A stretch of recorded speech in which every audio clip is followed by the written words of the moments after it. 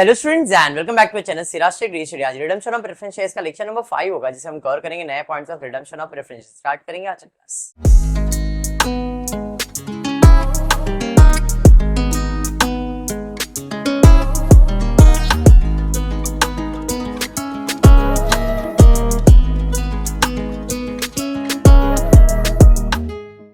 अच्छा, आज का जो क्लास होगा ये थोड़ा सा अलग होगा।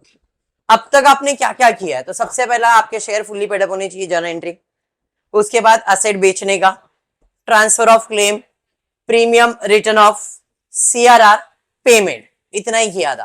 पर आज बोनस भी करेंगे।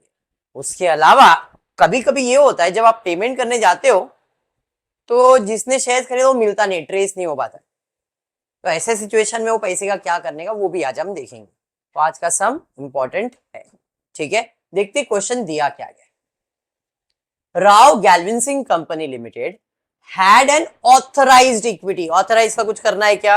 नहीं। ऑथराइज इंफॉर्मेशन होता है कि कंपनी की इतनी कैपेसिटी है। Authorise equity capital of 20 lakh, मतलब इनका ऑथराइज कैपिटल कितना है? 20 लाख रुपए। Divided into shares of 100 each. एक शेयर का वैल्यू कितना है? 100 रुपया। कौन से शेयर्स का? Equity shares. तो अगर एक शेयर का वैल्यू 100 रुपए तो कितने शेयर्स हो गए? 20,000। 20,000 शेयर है, 100 वाला मतलब 20 लाख रुपए में जमा कर सकते। क्लियर है? Paid up capital was 12,50,000। किसका फोन बज रहा है बाबा? साइलेंट कर दो। पेड अप कैपिटल कितना है? 12.5 लाख। पेड अप कैपिटल का मतलब कंपनी ने 20 लाख की जरूरत थी बट 12.5 लाख ही जमा किया है। Clear? Beside this, the company had 9% redeemable cumulative preference shares of 10 each. Preference shares कितने वाला है? 10 वाला। और कितने हैं? 2.5 लाख रुपए के। Balance on other accounts where, उसके अलावा इनके पास और क्या क्या बैलेंस है? सिक्योरिटीज प्रीमियम में 28, प्रॉफिट एंड लॉस है, जनरल रिजर्व है, और कुछ है नहीं। उसके अलावा इंक्लूडेड इन असेट, उनके पास जो असेट है उसके अंदर एक इन्वेस्टमेंट है जिसका फेस वैल्यू कितना है? 30। Carried in the books at a cost of 30 book. Face value 30 है बट उसका मार्केट प्राइस कितना चल रहा है? 34,000। मतलब बुक में हमने उसका वैल्यू कितना लिखा है? 34,000 लिखा। Company decided to redeem the cumulative preference shares. Company बोली भाई प्रेफरेंस शेयर्स को रिडीम, रिडम्पशन है तो वो तो करना ही पड़ेगा। Redeem the cumulative preference shares कितने में? At 10% premium, partly by issue of equity shares of face value rupees 1,20,000 at a premium of 10%. Investment was sold at 105% of the face value. All preference shareholder were paid off except 3 shareholder holding 250 shares. After redemption of the cumulative preference shares, 1 fully paid bonus shares were issued for every 4 shareholder. Use journal entries. Give necessary journal entries bearing in the mind that the director want to minimum reduction of free reserve while effecting the above transaction. Working should form a part of your answer. मेरे को question में क्या समझा, मैं एक पहला overview दे देता हूँ फिर सम पे जाता हूँ। एक कंपनी है जिसके पास 20 लाख रुपए रेज करने का कैपेसिटी, बट कंपनी ने सिर्फ और सिर्फ 12.5 लाख रुपए के इक्विटी शेयर्स और 2.5 लाख रुपए के प्रेफरेंस शेयर इशू किए। इन शॉर्ट 15 लाख रुपए जमा किया है।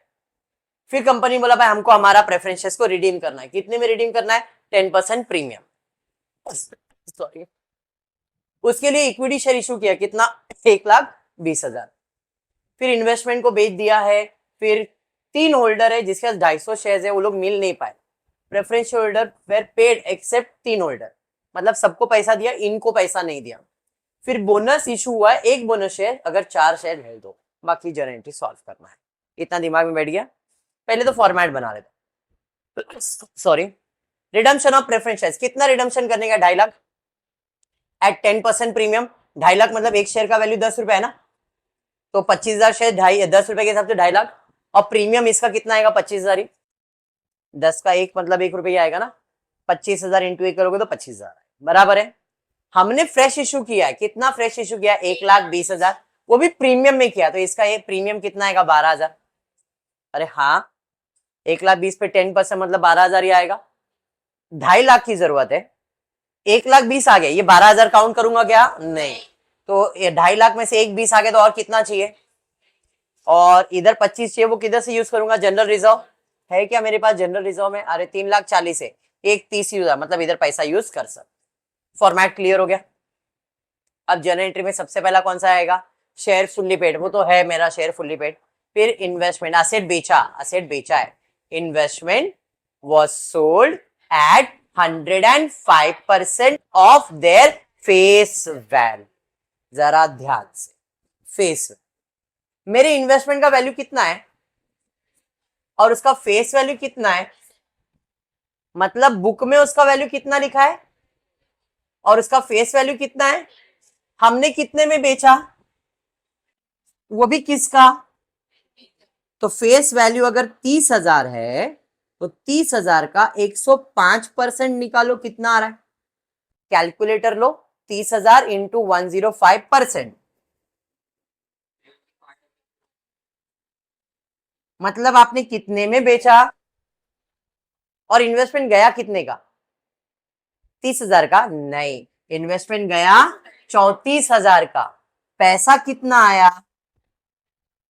लॉजिक ये समझो, उसने बोला है investment was sold at 105% of the face value, तो जो भी फेस वैल्यू है उसका 105% निकालो, जितना भी आएगा हमने उतने में बेचा, जबकि उसका कीमत बुक में कितना लिखा है? तो 34 का सामान 31,500 में, मतलब क्या हुआ? लॉस। बात समझा? अरे हाँ, चल। अब इसकी एंट्री, इन्वेस्टमेंट बेचा तो what is the journal entry? Investment तो जर्नल एंट्री क्या आएगा?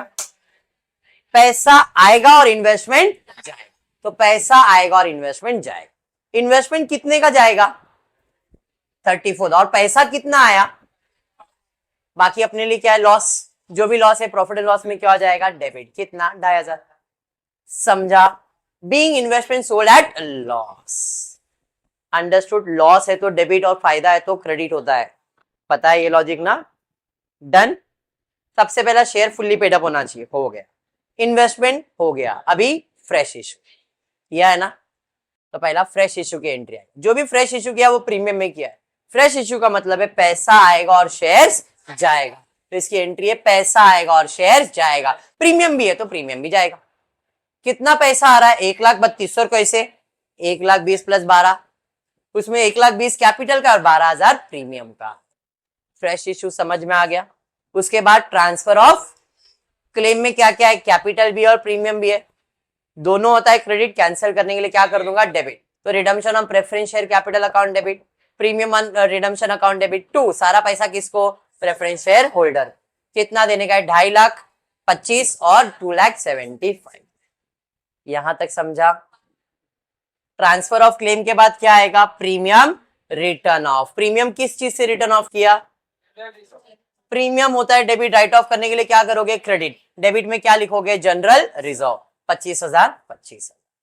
समझा? प्रीमियम हमेशा डेबिट होता है, राइट ऑफ करने के लिए क्रेडिट करोगे, डेबिट में जो भी आपने यूज किया उसका नाम लिख दोगे। प्रीमियम के बाद क्या आ जाएगा? सीआरआर। सीआरआर हमेशा क्या होता है? क्रेडिट। डेबिट में जो चीज आपने यूज किया है, सीआरआर हमेशा क्रेडिट, डेबिट में आपने जो यूज किया। यहां तक नॉर्मल था सब। अब ट्विस्ट ये है, उसने बोला है कि भाई इसके बाद तो पेमेंट ही करना है, तो पेमेंट कितना होगा? 2,75,000। बोलूंगा नहीं। क्यों? क्योंकि हमारे पास 3 होल्डर है जिनके पास कितने शेयर्स है वो नहीं मिल पाए, मतलब हमने जो पेमेंट किया, all preference share holder were paid, सारे प्रेफरेंस होल्डर को पे किया एक्सेप्ट 3 होल्डर जिनके पास 250 शेयर्स थे। मतलब मुझे टोटल कितना पैसा देना था? 25,000 शेयर्स पे 11 रुपया, मतलब 2,75,000 देना था। तो 11 कहां से आया? 10 रुपया कैपिटल का, 1 रुपया प्रीमियम का, टोटल 25,000 शेयर्स थे मेरे पास, तो 25,000 पे 11 मतलब 2,75,000 मुझे देना था। उसमें से 3 होल्डर है, हर एक के पास 250 नहीं है, 3 होल्डर होल्डिंग 250 शेयर्स। होल्डिंग मतलब तीनों को मिला के, तीनों होल्डर के पास टोटल कितने शेयर्स है? 250 शेयर्स। तो 250 शेयर्स पे 11 रुपए के हिसाब से 2,750 नहीं दिया, इतना पैसा नहीं दिया। तो कितना पैसा दिया? तो 2,75,000 में 2,750 माइनस किया तो कितना पैसा दिया? 2,72,250 दिया। समझा? तो आप पेमेंट की एंट्री करेंगे तो पैसा जाएगा किसके पास? प्रेफरेंस होल्डर के पास। तो पैसा गया किसके पास? प्रेफरेंस। पैसा देना था 2,75,000 बट दिया कितना? 2,72,250। बाकी मेरे लिए क्या है, रिबेट, क्योंकि ये लोग मिले नहीं तो मेरा पैसा तो बच गया, और जो पैसा बच गया वो मेरे लिए फायदा है, और फायदे को हम लोग क्या वर्ड यूज करते हैं, रिबेट। कितना, 2750। रिबेट मतलब फायदा। नहीं नहीं ठीक है, समझ में आ गया क्या? अरे हाँ, पक्का समझा। तो आज का नया पॉइंट ये था, पहला पॉइंट ये था, बाकी सब चीजें तो आपने सब लेक्चर्स में किया हुआ, ये नया पॉइंट था। क्लियर? नया और एक पॉइंट पढ़ने वाले हैं, वो बोनस। बोला है कितना बोनस मिलेगा, बोनस मिलेगा एक फुल्ली पेड बोनस शेयर मिलेगा। कितने शेयर्स है तो एक शेयर बोनस मिलेगा, अगर 4 शेयर्स है तो 4 है तो एक शेयर अपने को मिलेगा, बराबर। मेरे पास कितने शेयर्स है, शेयर्स मतलब कौन सा शेयर्स, इक्विटी शेयर्स। बोनस किसको मिलता है, इक्विटी शेयर होल्डर को। तो पहले लाइन पे दिया था मेरे पास 12,50,000 रुपए का इक्विटी शेयर है, और एक शेयर का वैल्यू अगर 100 है, तो एक शेयर का अगर वैल्यू 100 है तो कितने शेयर हो गए, 12,500। तो मेरे पास कितने शेयर है, 12,500। तो बोनस कितना मिलेगा, करो और बताओ कितना आ रहा है। कैसे, 12,500 into 1 divided by 4, 3,125 share bonus में मिलेगा। और बोनस में एक शेयर का वैल्यू कितना है, 100 है, तो 3,125 इंटू 100, तो टोटल कितना शेयर बोनस में मिलेगा, 3,12,500। कैलकुलेशन समझा? हाँ पक्का भाई, समझा यहां तक? अब आ जाता हूं बोनस की एंट्री के लिए, जरा ध्यान देना। बोनस की एंट्री में 2 एंट्री पास करें, पहला है रिसिप्ट और दूसरा है ट्रांसफर। कहीं भी सुना ये word, 12th standard, issue of shares, सुना है? रिसिप्ट ट्रांसफर, रिसिप्ट मतलब पैसा आएगा, ट्रांसफर मतलब कैपिटल जाए, याद है कि नहीं? अरे यस। अब जरा ध्यान से सुना, ये एंट्री में स्टूडेंट कंफ्यूज होते हैं, इसलिए ध्यान से सुनो। मैंने एंट्री को 2 नाम दे दिया है। जब भी बोनस आएगा 2 एंट्री पास करने का, एक है रिसिप्ट, दूसरा है ट्रांसफर।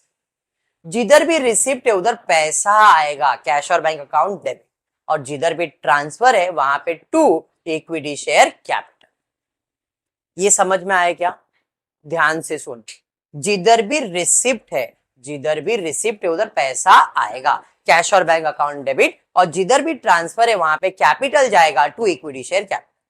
लेकिन ये तो बोनस है, बोनस तो फुकट का होता है, तो पैसा आएगा क्या, नहीं। हमेशा बोनस के टाइम पे रिसिप्ट में पैसा नहीं आएगा, पैसे के जगह पे आएगा सीआर।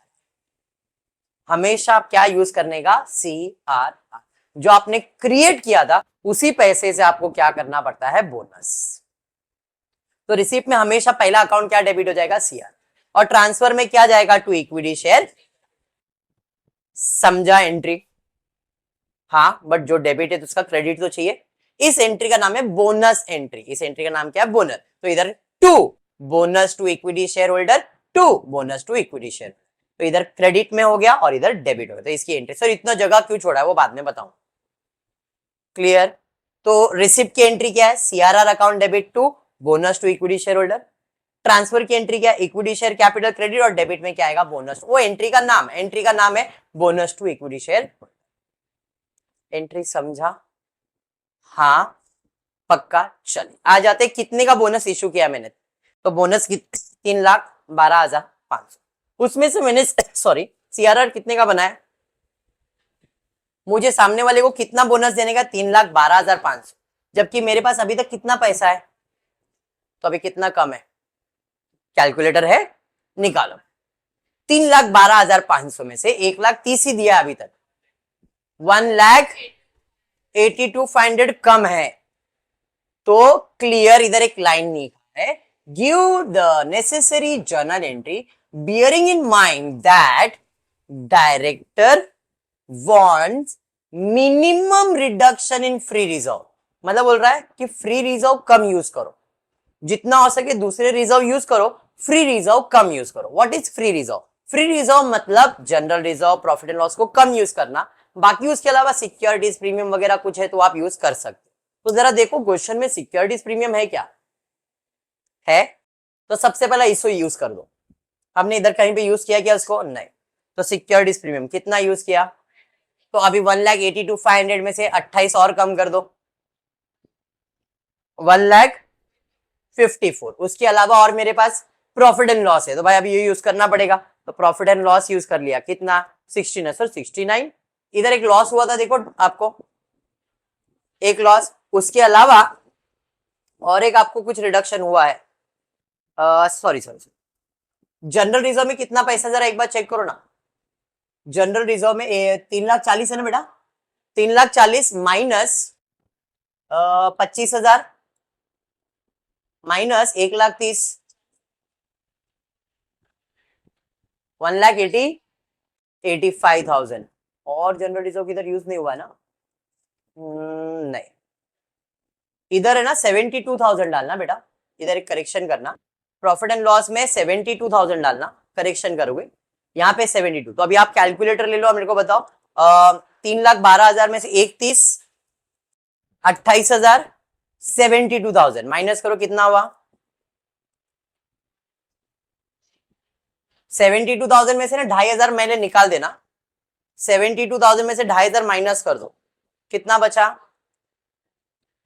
एक मिनट मेरे को कैलकुलेटर छोड़ो छोड़ो, आप लोगों को समझाने मैंने क्या बोला। देखो प्रॉफिट एंड लॉस में मेरे पास कितना प्रॉफिट एंड लॉस है, मतलब प्रॉफिट है 72, बट इधर लॉस कितने का हुआ है 2,500 का। तो मैंने किया 72,000 माइनस 2,500, तो मेरे पास आ रहा है 69,500। तो यहां पे मैं यूज करूंगा 69,500। पहला समझ में आया, इधर शायद 500 डाला नहीं है, इधर आएगा 69,500 बराबर। तो अब देखो 3,12,500 माइनस 1,30,000 माइनस 28,000 माइनस 69,500, मेरे को बचता है 85,000 रुपीज बराबर है। तो जनरल रिजर्व में कितना यूज किया मैंने 85, मतलब यहाँ पे 69,500 आएगा, ये करेक्शन कर ले, बाकी नॉर्मल है। समझाइए, अरे हाँ, हमेशा याद रखो उसने वर्ड में बोला था फ्री रिजर्व कम यूज करो, इसलिए मैंने पहले दूसरे रिजर्व यूज किए, बाद में फ्री रिजर्व के पास आया। फ्री रिजर्व में सब जगह मैंने जनरल रिजर्व ज्यादा यूज किया, इसलिए लास्ट प्रेफरेंस जनरल रिजर्व को दिया, नहीं तो सबसे पहला प्रेफरेंस सीआरआर के बाद जनरल रिजर्व, वो सबको यूज करना है। ठीक है, क्लियर, ओके चलो। तो 1,30,000, 28, 69,500 और 85 हो गया 3,12,000। इधर कुछ नहीं करना, इधर एंट्री पास किया, खाली कितना अमाउंट लिखने का है 3,12,500, 3,12,000, इसमें कोई टेंशन नहीं होना चाहिए। एंट्री समझा, बोनस की एंट्री क्लियर है, यस और नो, अच्छे से पक्का। चलिए बढ़ते हो और एक सम की तरफ, देखते क्या दिया। The books of XYZ Limited shows the following balance on 31st December 2016। 15,000 equity share 10 के हिसाब से 1.5 लाख हो गया, बराबर है। 2,500 10% रेडीमेड में 100 के हिसाब से 2.5 लाख हो गया, ये भी बराबर है। जनरल रिजर्व है, प्रॉफिट एंड लॉस है, सिक्योरिटीज प्रीमियम है, इन्वेस्टमेंट 1,20,000 और कैश बैलेंस है 39,006। ये पहली बार आया है कैश बैलेंस, इसके पहले कभी आता नहीं। चलो ठीक, 1 जनवरी को बोर्ड ऑफ डायरेक्टर ने डिसाइड किया है रिडीम करने के लिए preference share at a premium of 8%। In order to pay off preference holder, company also decided to sell the investment. भाई प्रेफरेंस शेयर को पैसा देने के लिए इन्वेस्टमेंट बेचने का भी सोचा है। फिर बोला use company fund to raise the balance by issue of sufficient number of equity shares of 10 each at a premium of 1 per share. बोला जितना इक्विटी शेयर की जरूरत पड़ेगी आप उतना इक्विटी शेयर इशू कर सकते हो, लेकिन ₹1 प्रीमियम में इशू कर देना। Subject to living minimum bank balance of 9,000। याद करो ऐसा हमने मिनिमम बैलेंस वाला किया था प्रॉफिट एंड लॉस का, 1,40 बाजू में निकाला था, तो इधर कैश बैलेंस बाजू में निकालने बोला। आफ्टर सच रिडम्पशन इन्वेस्टमेंट कितने में बेचा, 1,08,000। चलो पहले फॉर्मेट लिख लेते, कितने शेयर है 2,500 शेयर है, कितने में रिडीम करना है एट अ प्रीमियम ऑफ 8%। एक शेयर का वैल्यू कितना है 100 का 8% ₹8 आएगा। 2,500 इंटू 100 करूंगा 2.5 लाख और 2,500 इंटू 8 करूंगा 20,000, मुझे इतना पैसा चाहिए बराबर। अब उसने बोला कैश में 9,600 छोड़ना पड़ेगा, चलो ठीक है। कैश मेरे पास है कितना, उसमें से मैंने इन्वेस्टमेंट बेचा कितने में 1,08,000 में, तो ये पैसा आया मेरे पास, तो टोटल मेरे पास 1,47,600। उसमें से कैश बैलेंस कितना रखने का है, तो बचा कितना मेरे पास 1,38,000 ही कैश है मेरे पास, बराबर है। हाँ यस और नो, 1,38,000 ही मेरे पास, जबकि मुझे टोटल कितना देने का है 2.5 प्लस 20, हाँ या नहीं? तो अगर 2.5 लाख देना है तो कितना पैसा कम है? 1,12,000 प्लस 20,000 और देने का है। हाँ या नहीं? मतलब टोटल मुझे कितने पैसे की जरूरत है? सिंपल भाषा ये 1,38,000 है, आप कैलकुलेटर ले लो, आपको 1,32,000 डायरेक्ट भी आएगा। 1,38,000 मेरे को टोटल देने का 2,70,000, 2,70,000 देने का ना, उसमें से मेरे पास है कितना? 1,38,000 है, बचा कितना? 1,32,000। तो मुझे कितना शेयर इशू करने का है? 1,32,000 रुपए के शेयर इशू करने हैं। अरे ये समझा? हाँ, 1,32,000 के शेयर इशू करने के, और एक शेयर से कितना पैसा मांगने का है? ये मैं नहीं बोल रहा हूं, बोला उसने बोला 11 1 जा 11 1 जा 11, 11 2 जा 22, मतलब कितने शेयर इशू करने पड़ेंगे? तो उसने बोला फ्रेश इशू में कितने शेयर इशू करो? 12,000, एक का वैल्यू 10, 1,20,000 एंड 12,000 एक का वैल्यू 1 रुपया, मतलब 12,000, 1,32,000 हो गया ना? Logic clear? अरे हाँ, टोटल 1,32 चाहिए था, 1,32, एक शेयर का वैल्यू कितना है? 11 रुपया, इसलिए डिवाइड बाय 11 किया। समझ में आ गया? अरे यस, ये कैलकुलेशन समझा?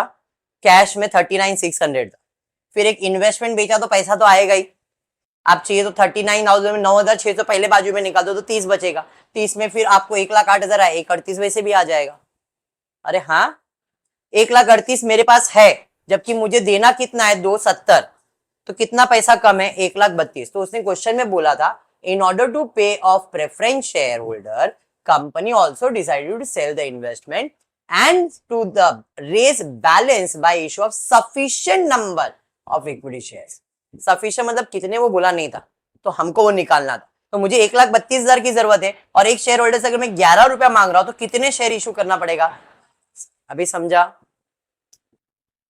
तो मैंने यहाँ पे वही किया, 12,000 शेयर इशू किया, 10 रुपए के हिसाब से 1,20,000, और 12,000 के ऊपर 1 रुपए के हिसाब से 12,000।